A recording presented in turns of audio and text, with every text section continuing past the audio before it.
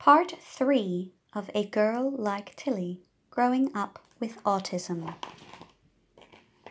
But is it? Tilly's not so sure. She is trying to do her best, but the world seems to be an even more mysterious and bewildering place as she is getting older. How do other people manage to cope? Especially at school. Sad to say, it can be so very difficult that Tilly just stops trying. Sometimes she daydreams or talks to herself. She has even been known to sing, and not particularly quietly. And that means she's in trouble again.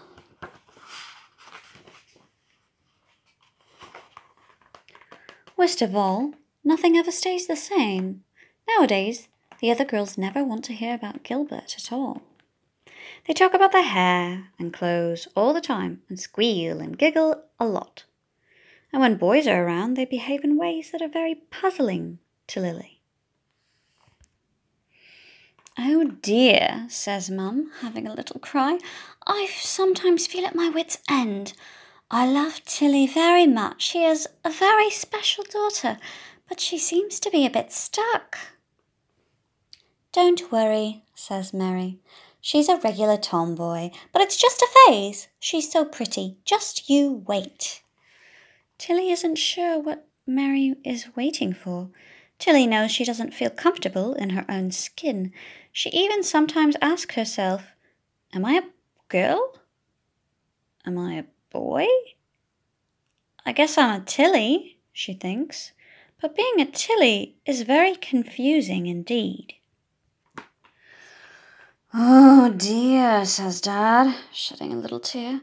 "The other girls are leaving Tilly behind. She just doesn't seem interested in growing up." Mom and Dad are so worried because Tilly seems very unhappy sometimes. She wakes up in the night. Sometimes she has a bad tummy ache. She is not able to put how she feels into words, so no one knows about how the other girls treat her. Sometimes they steal her lunch and call her stupid. But it would never, ever cross Tilly's mind to not go to school every day. No matter how horrid it is, she is very dutiful and conscientious. But every day is such a struggle. Tilly feels as if she has to start from the very beginning, all over again, every morning. Now, Grandma has something important to say. Grandma is Tilly's most favourite person. Somehow she seems to have always understood. She gives Tilly a feeling she doesn't have with anyone else. Grandma says she keeps her in mind even when she's far away. Tilly likes this idea very much, although she finds it hard to imagine. "My dearest Tilly, I have been doing a lot of wondering and reading, and I think that we should all go and see the nice psychologist again. I believe you'll find out what makes you special." Social understanding.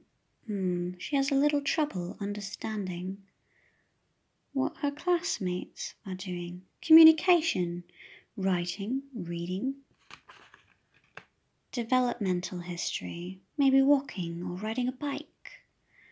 Gender identity, thinking that you don't know if you're a boy or a girl. Special interests, really likes those cars. Routines and rituals, and she loves those rituals, so good at that. Every single day doing the same thing. But over here, all jumbled up.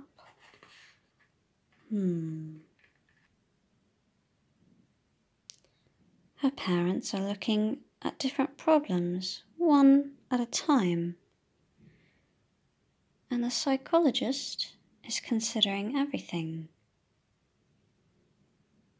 Then he says, "Tilly, I'm very sorry it has taken so long for us to understand the things you find so difficult about your life. I am glad that we are learning more now about what autism looks like in girls and boys. so that we can help sooner. I can see that it's been really hard work, and you are quite worn out by trying to puzzle it all out by yourself. But Tilly, while you've been growing up in the world, there have been a lot of changes for girls like you. You have something different and important to offer. So what happens now? Asked Mum, Dad, Grandma and Grandad, and her teacher.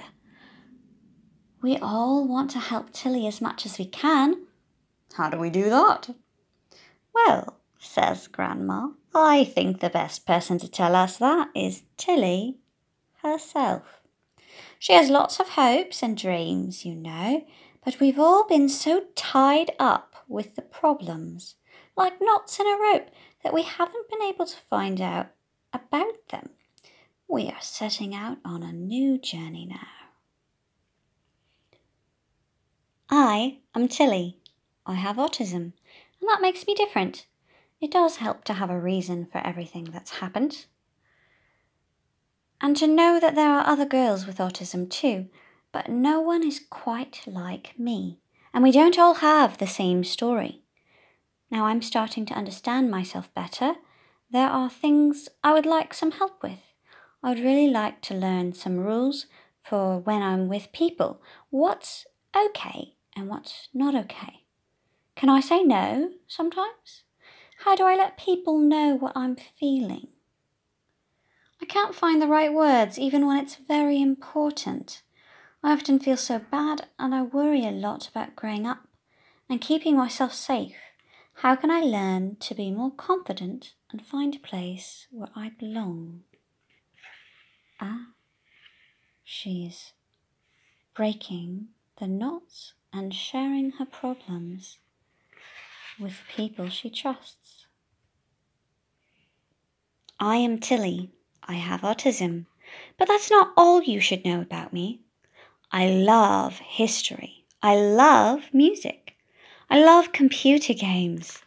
I make good jokes and bake good cakes. I love playing hockey. I really want to be an archaeologist one day. And I really, really want to ride a motorbike. Not all journeys are the same, or as lonely and long.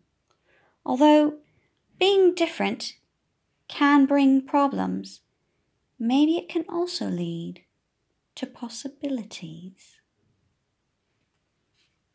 At the back of this book, there are lots of sources for further reading and references regarding autism. This is an excellent book, not just for people with autistic children, but also for children that are not autistic, because it helps them understand that not everyone has the same understanding of the world as they do.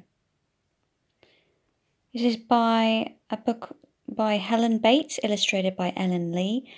I highly encourage you to get this in your local area and share this with your child. And I hope you have a lovely evening. Good night.